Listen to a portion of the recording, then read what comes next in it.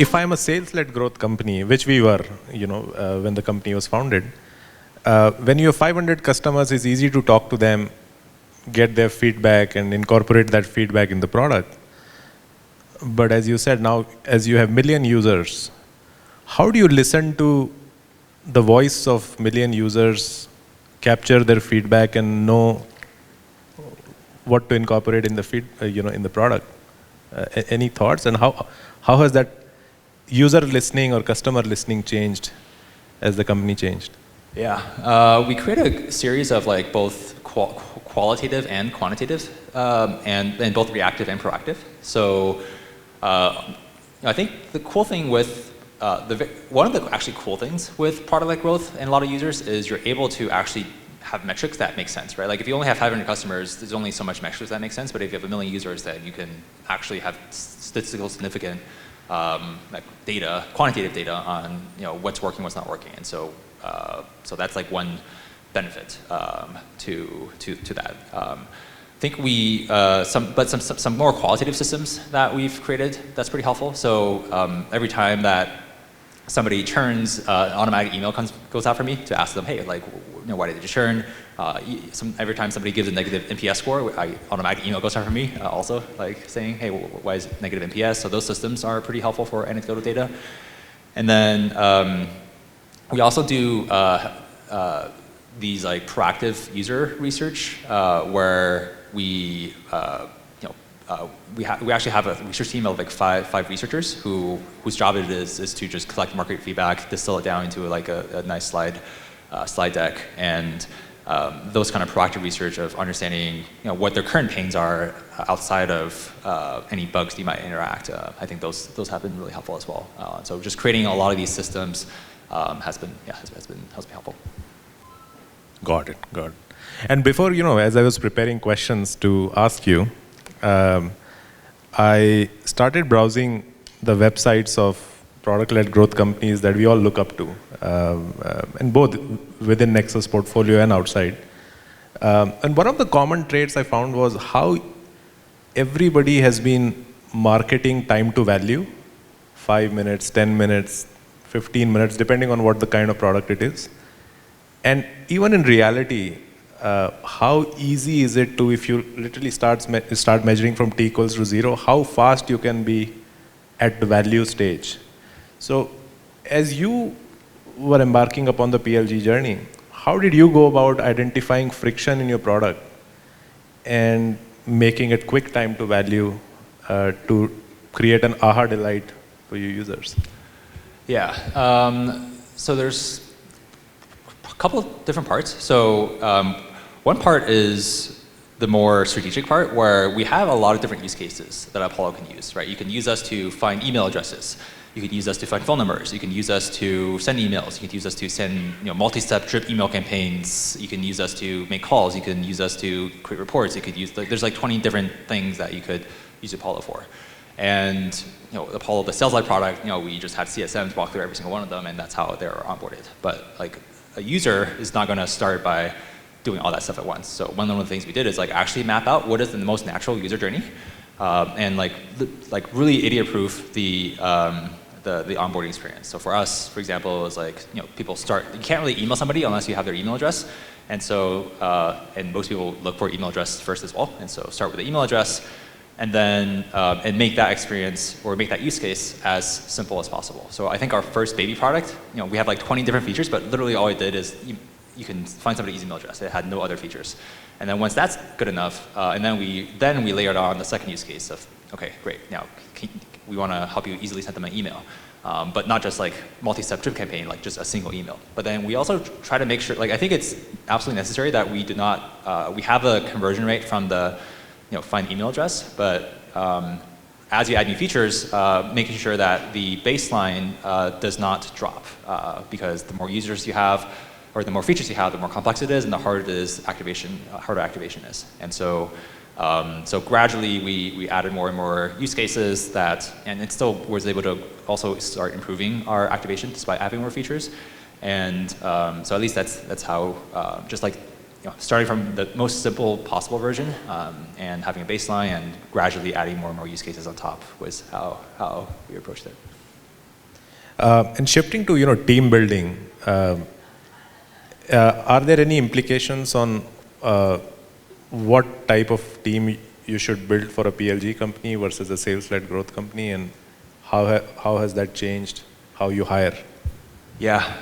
Pretty different, pretty big difference across all departments. So I'll start with like R&D, and then we'll go to more go to market. So I think on R&D, I've interviewed, for example, like lots of different product managers, and some from enterprise companies, some from product-led companies, and I think just PMs who can put themselves in much more of the user's shoe, and like people who are like creating consumer-grade experiences almost, even those enterprise, but like people who are like Heart of Design. He previously led design at Honey.us, right? Consumer company that has nothing to do with sales, like enterprise sales, but that's the type of people that we look for, like people who can create delightful user experiences rather than like complex Oracle style, like dashboards.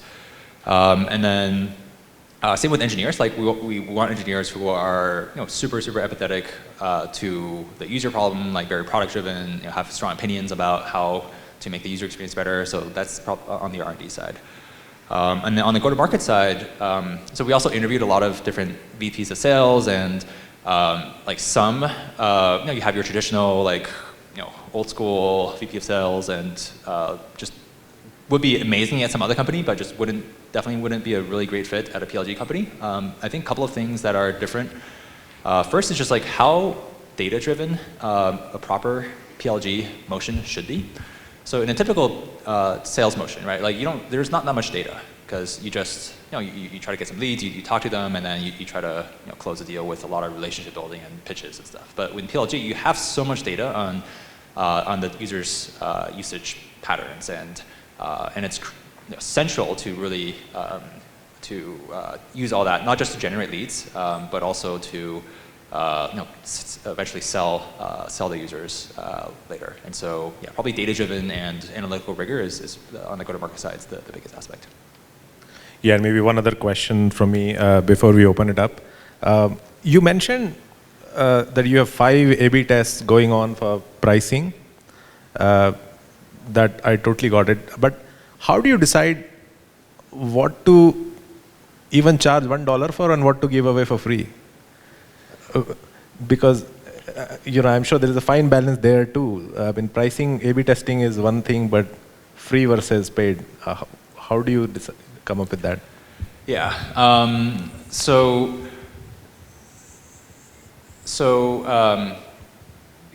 So when we A/B test pricing, right? It's like normally you might think, oh, what's going to have the highest conversion rate? And then multiply that by price, and then you get your ideal price variant. But what we found is like that's actually not the case, because first is like retention's just as important. So like we found that at a lower pricing variant, like maybe conversion rate is double the conversion rate of half the volume, or sorry, double the volume of half the conversion rate, but the retention is also a lot better, because if Netflix charge $9 versus $99, like probably more than 10 times the number of people will pay Netflix, and retention will be a lot higher, right? So there's like that retention factor. And then the other big factor is the, as I mentioned before, like the acquisition factor as well, the word of mouth factor. Because in some ways, like ARR is actually not even our North Star metric. And I think in most, or in many PLG companies, like the internal North Star metric is often just number of weekly active or monthly active users, whether free or paid. Because as long as the users are using your product, then sooner or later, you're going to be able to like monetize them, right? Like and so the more users you have initially, the more you'll be able to monetize them later on, and in the meantime, the more traffic you're going to get from all the organic word of mouth. And there's also like the competitive like takeout dimension as well. And so I think for us, we've had a very aggressive pricing structure, partly because just drives acquisition, and we realize like if you have a large user base sooner or later, like maybe not in like ad tech, but like in SaaS, right? Like just sooner or later you're going to be able to monetize them, and so we're thinking more of like the long-term base rather than the short term, and just weekly active users is really the North Star metric free or paid. Great. And finally, what brings you to Bangalore? Oh, yeah. So half our team actually is based out of India. And so we're having a India team offsite here at Apollo with our engineering team. And then also we're going to be investing a ton in building out our India presence, especially opening up a huge R&D hub in Bangalore over the next few years, investing I think like $30 million and looking to hire over 200 engineers or 150 or 200 engineers in the next couple of years. Building a world-class team, and so yeah, any engineers in the audience would love the opportunity to connect. And yeah, it's my first time here actually, and something that I've been just really touched by is just like how much energy and how much just zest and energy there is in the ecosystem here. It's like reminds me probably even more intense than like I remember the first time I went from Boston to Silicon Valley. I just felt like this air of entrepreneurship and just energy, and it was like contagious. And I like felt that honestly like even more so stepping outside to Bangalore, and so just really excited to be here and build out a world-class R&D hub here. Thank you. We have time for maybe 4 or 5 questions from the audience. If any of you have questions, please raise your hand, and I don't know if there's a mic somewhere to.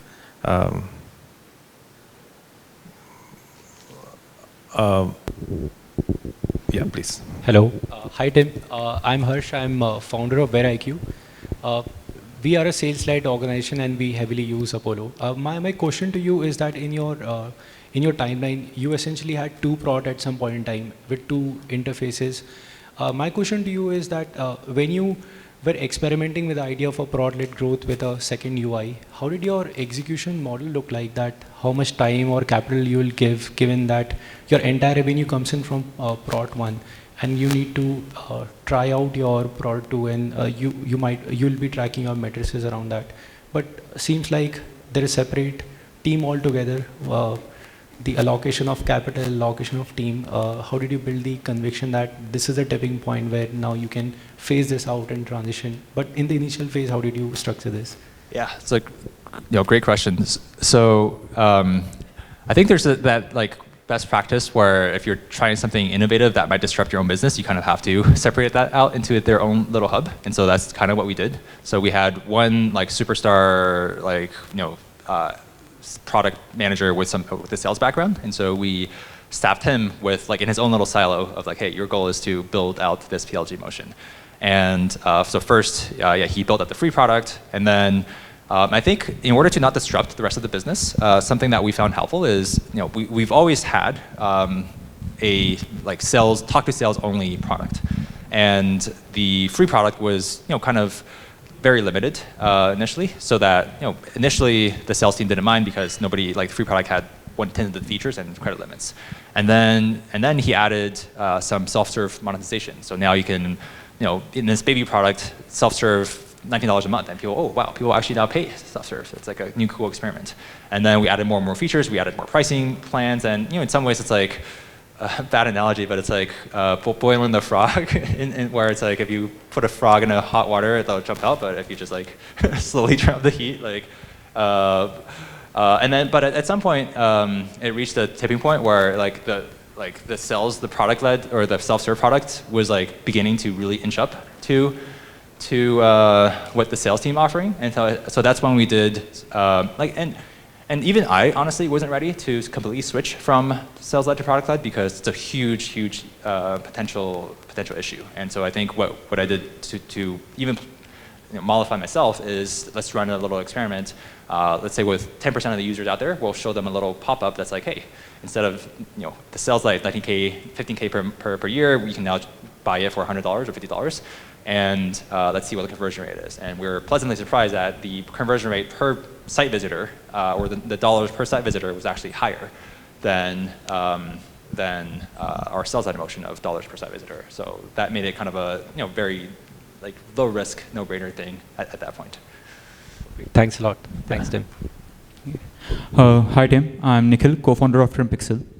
My question is, In the SLG growth phase, in the first 20 accounts when you're acquiring, how did you put a modification filter from the client? Like which modifications to choose and which modifications to like just throw away? Modification requests. So the question, which modifications to the product? Like which feature requests to product? Yeah, which feature requests to your entire vision of Apollo at the start? How did you filter them out and to what extent? Yeah.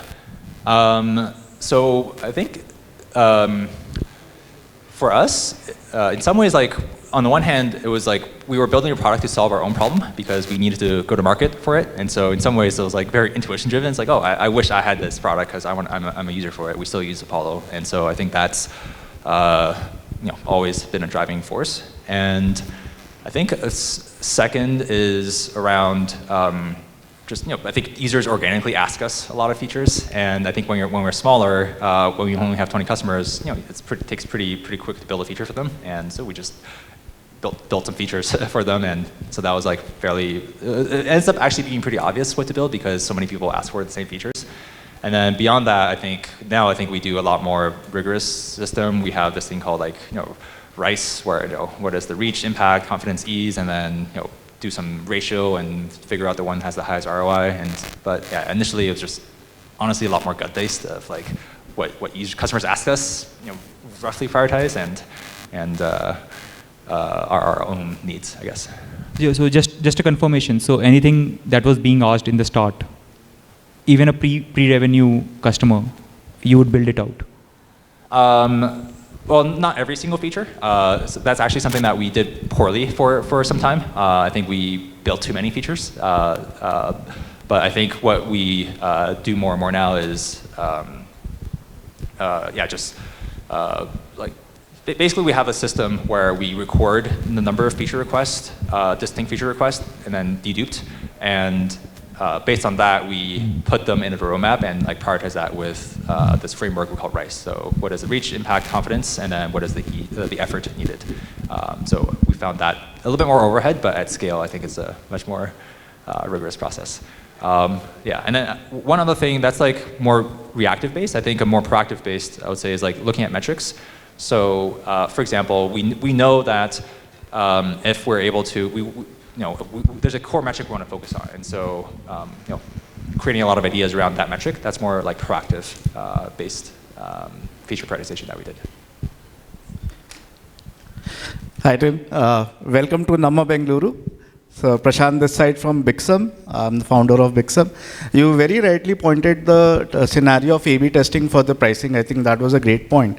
But essentially for a PLG, would you mind sharing? It's more of a micro level question, how many A/B tests really actually give you that confidence or concreteness that hey, this could be pricing? Because when we are going through a competitive study with Apollo, most of the pricing is in a similar range of $49 to $39. So do you mind sharing how many A/B tests did you conduct and finally you froze on ki, hey, you know what, this is 49 and 99 working for us? Yeah, great question. So I think we maybe at any time have four to five tests going on, and they have different weights. We have a primary test where it's 90% of the users see this one variant, and then the other, or 80%, and then the other 4 are split between the remaining 20%, just because there should be a dominant current best variant. Otherwise, if your pricing crashes, your revenue crashes as well. And then we test, obviously pricing, the actual amounts we test. But what we found even more valuable or impactful is not just the price, but also the packaging. So which features should go into which tiers, and what other tiers should be, and that's something that has a big impact as well. So yeah, and I think we get decent volume of traffic. So within 3 to 5 weeks, we get roughly statistical significance on which pricing is going to vary the best, at least on conversion. Unfortunately, retention takes another 6 months to figure out, because you want to figure out how they retain after 6 months. But at least on the conversion side, after 4 or 5 weeks, we get enough data. Thank you. Definitely. Hi, this is Arjun. I work growth at Topline. We're building tooling to help companies monetize their product-led growth. So right now we are active with a lot of enterprise clients, but in a couple of months we are opening up our self-serve product.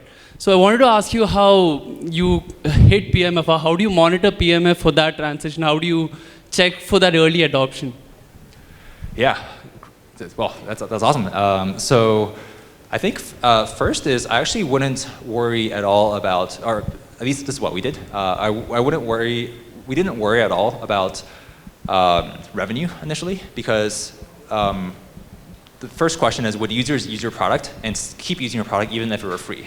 And we found that was hard enough of a problem to begin with. So we didn't even bother monetizing, because yeah, sometimes you have to pay people to like use your product, right? It's just, so retention, probably for the first 6 months, we just focused not on monetization at all. Everything was free. It was only on activation and then retention after that.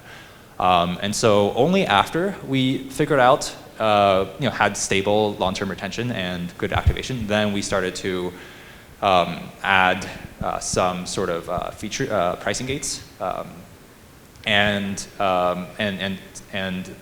then you can start doing a PLL on that product. So the cool thing though with PLG is that, like unlike sales, so you pay a salesperson, let's say $1,000, and they close a deal, and then to close the next deal, you still have to pay them $1,000. So all the costs are marginal. But in product, all the costs are cumulative, right? So like, you invest in building a great product, and that cost like propels you for the next million customers for the next 10 years. And so initially, so that's why it's like called a flywheel. It takes a good amount of time to get going, because but all those little costs that you invest into the product, at least we found, like adds up over time, and now it's like paying huge dividends, without any additional marginal dollars needed to be spent. And so from an ROI perspective, it's like, like initially expect to not lose money, but like in the long term, it pays off massively. I would add. Thank you. I would add one point to what Tim said, even though question was to Tim, because I feel otherwise the audience wouldn't know. So one of the ways Tim has built ever since he moved to product-led growth is never let his spend get ahead of what the business deserves. And why that is related to your question is because if you are not worried about fundraising or the next round, you can take more long-term decisions, because you're not worried about the what if an experiment backfires, which for a company which has a finite runway, as much A/B testing as you can do, but you really can't pull the trigger on many tough experiments, because the downside consequences can be severe. So I think one luxury that Tim had, and full credit to him, that he has always tried to operate the company at zero or net negative burn. And I think a lot of the experimentation has been possible also as a result of that. Okay, I'm A.G. Ramkrishna from Card 91. My question is around your competitors. So when you started, how did the existing players evolve?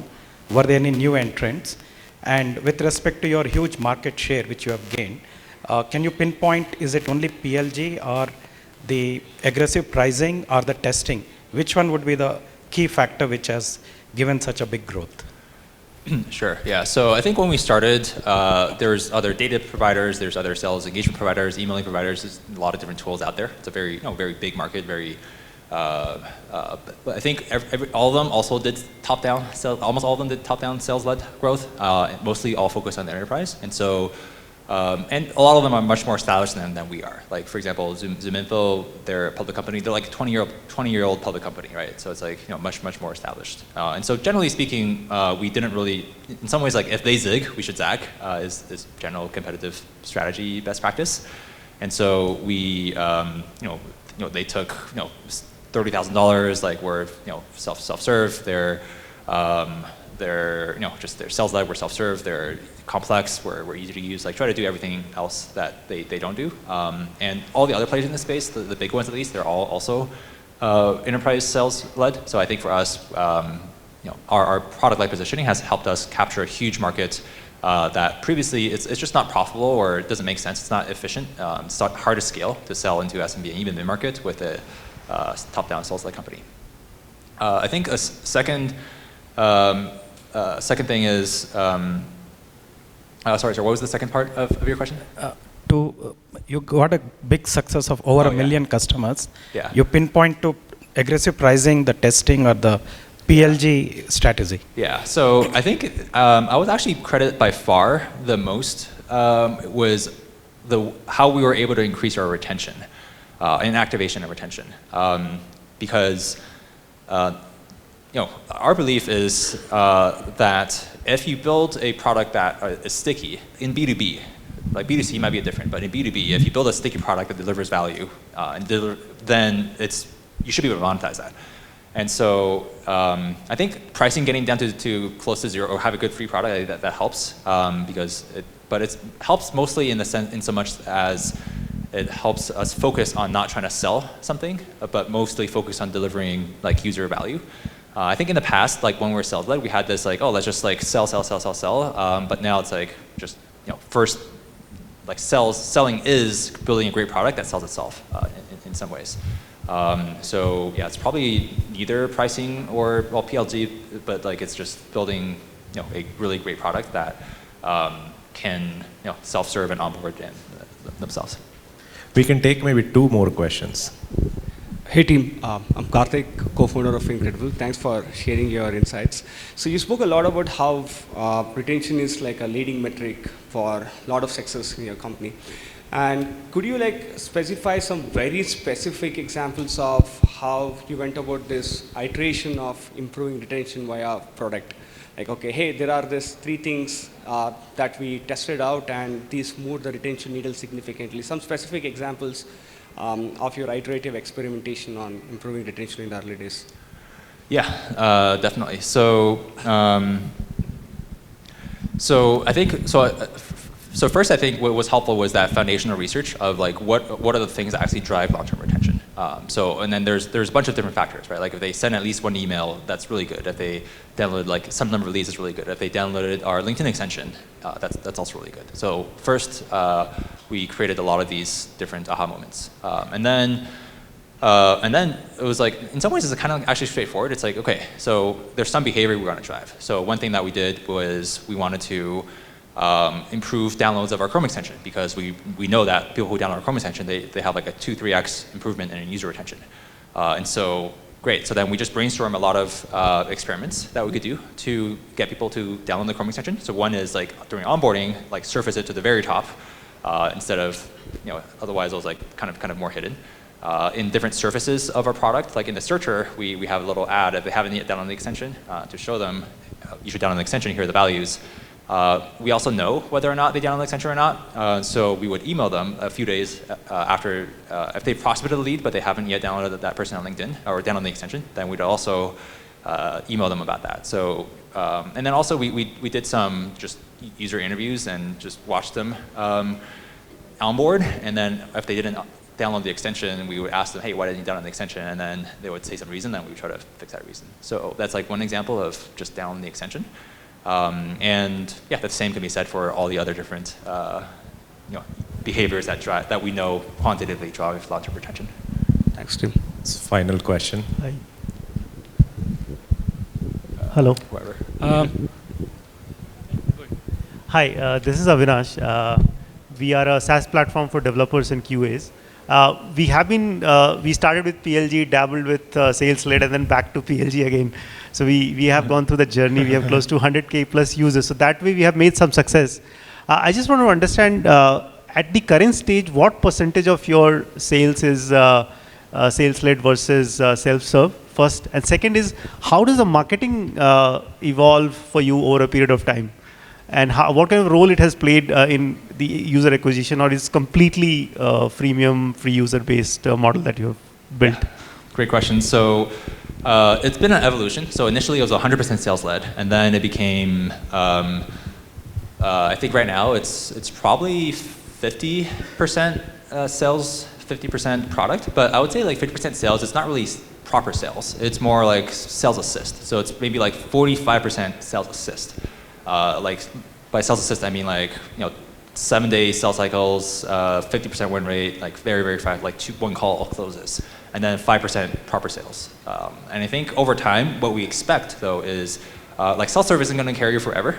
So over time, like the proportion of the proper sales led is going to go more and more. And that's why you see like companies like Zoom or Figma or whatever, they have massive sales teams as well, because over time that is going to be a bigger part. And then sorry, what was the role of marketing? Oh yeah. How did that evolve? So it's funny. I'm probably not the best person to ask, but it's so funny. We actually didn't have anybody in marketing until like 11 months ago.